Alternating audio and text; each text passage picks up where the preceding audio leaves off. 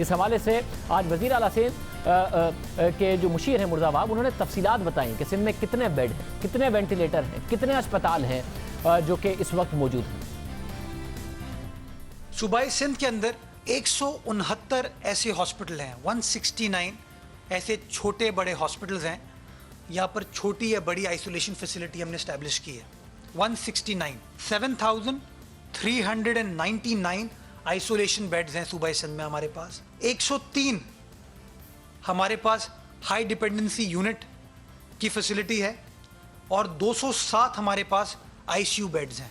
इसके अलावा 283 हमारे पास वेंटिलेटर्स हैं। ये मैं सारी सरकारी सतह पर आपसे बात कर रहा हूँ, जिसको गवर्नमेंट ने कोविड पेशेंट्स को डील करने के लिए मुख्तस कर दिया है कि कोविड का जो पेशेंट आएगा उसको डील करने के लिए 283 वेंटिलेटर्स आपके पास अवेलेबल है। 69 ऐसे अफराद हैं जो कि इस वक्त एचडीयू या आईसीयू बेड्स इस्तेमाल कर रहे हैं और 14 ऐसे अफराद हैं जो कि क्रिटिकल हैं, जो कि वेंटिलेटर पर इस वक्त मौजूद हैं। इस सब के बावजूद क्यों लोगों को सिंध में परेशानी हो रही है? वज़ीर आला सिंध के मुशीर मुर्ज़ाबाब हमारे साथ मौजूद है। मुर्ज़ाबाब साहब बहुत शुक्रिया। मुर्ज़ाबाब साहब, अगर सिर्फ 30% लोग जो आईसीयू बेड्स इस्तेमाल कर रहे हैं, तकरीबन 5% लोग वेंटिलेटर्स पर हैं, बाकी वेंटिलेटर्स खाली हैं, 7,399 आपके पास अगर आइसोलेशन बेड्स हैं, उनमें से भी अगर अक्सर खाली हैं, तो क्या वजह है कि कराची में और ओवरऑल सिंध में लोगों को इस वक्त प्रॉब्लम हो रही है? उन्हें नहीं पता चलता, एम्बुलेंस वाले को नहीं पता होता कि कहाँ लेके जाना है मरीज को। बिस्मिल्लाहिर्रहमानिर्रहीम। शाहिद साहब, थोड़ा सा मैं समझता हूँ कॉन्सेप्ट्स में क्लैरिटी लाने की ज़रूरत है, ज़्यादा बेहतर अवेयरनेस की ज़रूरत है। गवर्नमेंट को भी मैं समझता हूँ इस चीज़ पर ज़्यादा फोकस करने की ज़रूरत है कि ज़्यादा से ज़्यादा इस चीज़ की तशहीर कर पाएँ कि किन किन जगहों पर, किन किन मकामात के ऊपर वो फैसिलिटीज़ अवेलेबल हैं, और इसीलिए आज वो प्रेस कॉन्फ्रेंस की गई थी ताकि वो तफसीलात दे दी जाएँ। मैं सिर्फ गुजारिश आपको ये करना चाहूँगा कि कुछ ऐसे अस्पताल हैं कराची शहर में जो कि प्राइवेट अस्पताल हैं, जहां पर आइसोलेशन फैसिलिटीज उन प्राइवेट अस्पताल ने एस्टैब्लिश नहीं की हैं। तो अगर आप उन प्राइवेट अस्पतालों में जाएंगे जहां पर वो कोविड पेशेंट्स को डील नहीं करे, तो नेचुरली वो आपको मना कर देंगे और they will not be entertaining you, तो नेचुरली एक प्रॉब्लम होगी।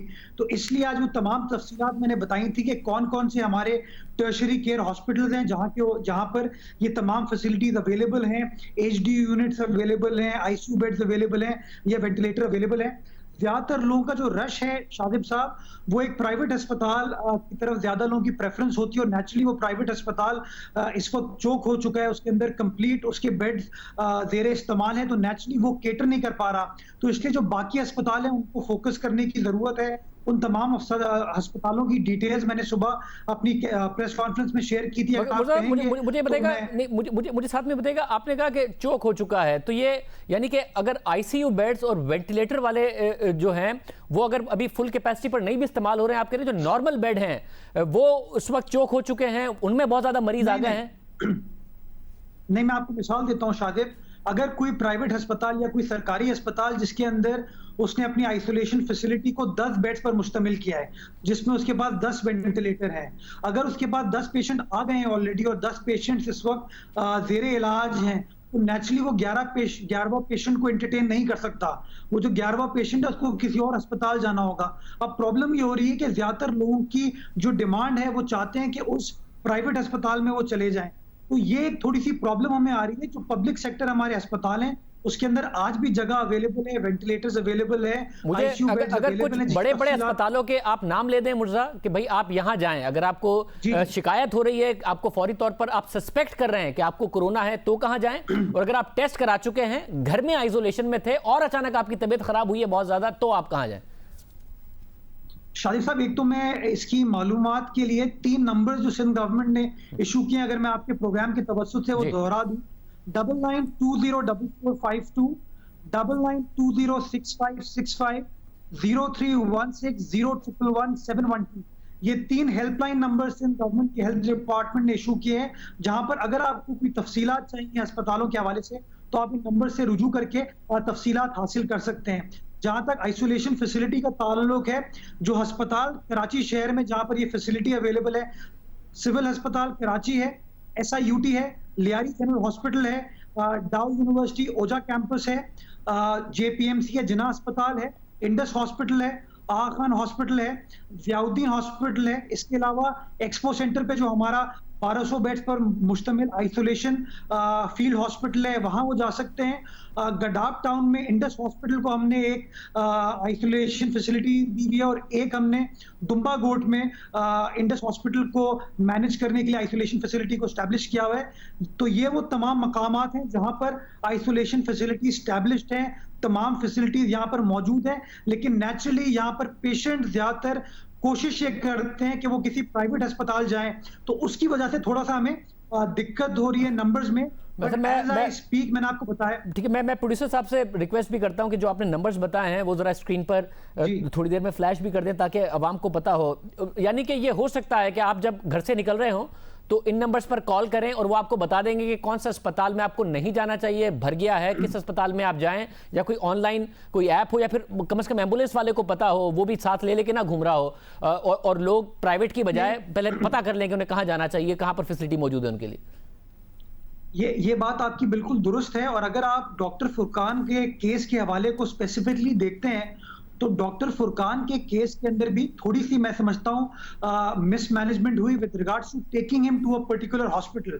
चूंकि उनकी बात किसी एक हॉस्पिटल से हो रही थी, फिर उनके दोस्त ने उनको कन्वे किया कि SIUT ले आए, लेकिन एक्चुअली वो SIUT नहीं पहुंचे, जिसकी वजह से ये अनफॉर्चुनेट सिचुएशन क्रिएट हुई। मैं वाजे करना चाहूंगा कि अस्पतालों में वो फैसिलिटी अवेलेबल थी जहां पर उनको ट्रीट किया जा सकता था, बट अनफॉर्चुनेटली जहां पर उनको पहुंचना चाहिए था, जहां पर उनके लिए बेड को रिजर्व किया गया था, वो उस फैसिलिटी में नहीं पहुंचे, जिसकी वजह से वो अनफॉर्चुनेट वाकया हुआ।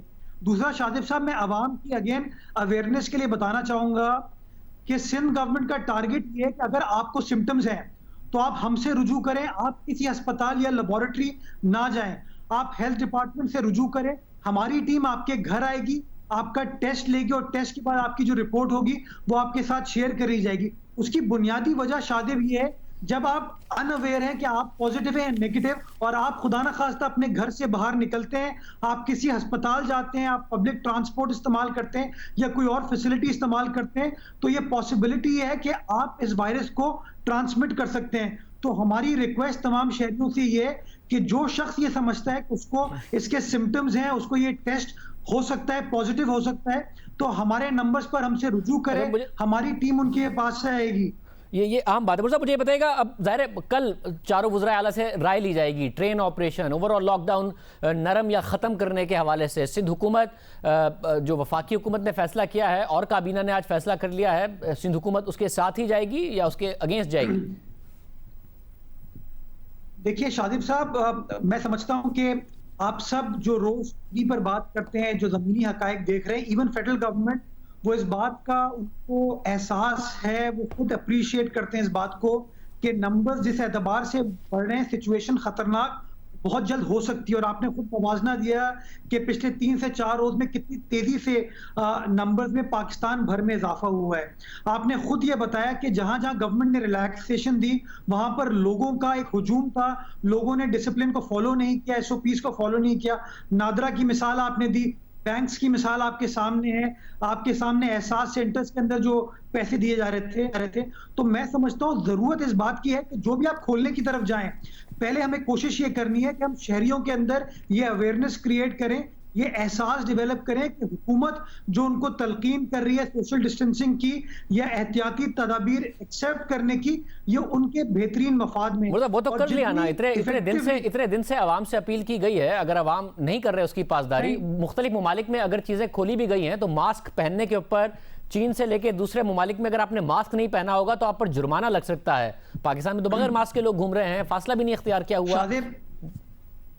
शादिब, आपका पॉइंट वेल टेकन, ये बात आपकी, इसका एक एस्पेक्ट दुरुस्त है, बट मैं एक आम आदमी को ब्लेम इसलिए नहीं करता क्योंकि आम आदमी कंफ्यूज्ड है, और वो कंफ्यूजन का इसलिए शिकार है कि वो लीडरशिप को देखता है कि फेडरल गवर्नमेंट का एक वजीर कुछ कह रहा है, गवर्नर कुछ कह रहा है, कोई और वजीर कुछ कह रहा है, सदर मुमलिकत कुछ और कह रहा है। तो मैं समझता हूँ जरूरत इस बात की है कि एक नेशनल नैरेटिव हो, हम सबको यक जबान होकर लोगों को ये तरगीब करने की जरूरत है कि मास्क पहनना उनके भलाई के लिए, उनके फायदे में, सोशल डिस्टेंसिंग करना उनके फायदे में, हाथों को धोना, मुझे ये बता दें, आपके जल्दी से मुझे बता दें, आपके टेस्ट क्यों कम हो गए हैं? शादिब, आज मैं सुबह प्रेस कॉन्फ्रेंस में भी ये जिक्र किया था कि हमारी इंस्टॉल्ड कैपेसिटी तो 4800 है, लेकिन मैं जबरदस्ती किसी का टेस्ट नहीं कर सकता हूं। मुझसे लोग कांटेक्ट करेंगे, मैं कांटेक्ट ट्रेसिंग करूंगा, उसके बेसिस पर मैं टेस्ट पूरे कर पाता हूं। अनफॉर्चुनेटली ऑफ लेट हुआ ये कि लोग थोड़े से रिलक्टेंट नजर आते हैं टेस्ट कराते हुए because of the social stigma. जो डॉक्टर फुरकान के हवाले से भी कुछ सोशल मीडिया पे खबरें मंजर-ए-आम पे, उसमें भी मरहूम ने इस बात को आइडेंटिफाई किया कि मैं अस्पताल जाने के लिए इसलिए रिलक्टेंट हूं कि लोग क्या कहेंगे, मेरे मोहल्ले में क्या बात की जाएगी। तो मैं समझता हूं लोग अनफॉर्चुनेटली थोड़ा सा रिलक्टेंस फील कर रहे हैं अपने आप को आइडेंटिफाई करते हुए कि मेरे अंदर वो सिम्टम्स डेवलप हो रहे हैं। आप ये कह रहे हैं कि प्रोग्राम के आपके पास कैपेसिटी है मगर अवाम नहीं इस वक्त टेस्ट कराना चाह रही है। आप लोगों को ये प्रॉब्लम, ये जो नंबर ऑफ टेस्ट कम हुए हैं इसलिए कि अवाम नहीं है टेस्ट कराने के लिए, आप लोग टेस्ट करने को तैयार हैं, ये कह रहे हैं आप? जी शादिब साहब, मैंने आपको बताया 4800 हमारी कैपेसिटी है और हमने बीच में 4200 टेस्ट यौमिया किए थे। वो शो करता है कि सिंध गवर्नमेंट अपनी कैपेसिटी को डेली टेस्टिंग को ऊपर ले जा सकती है।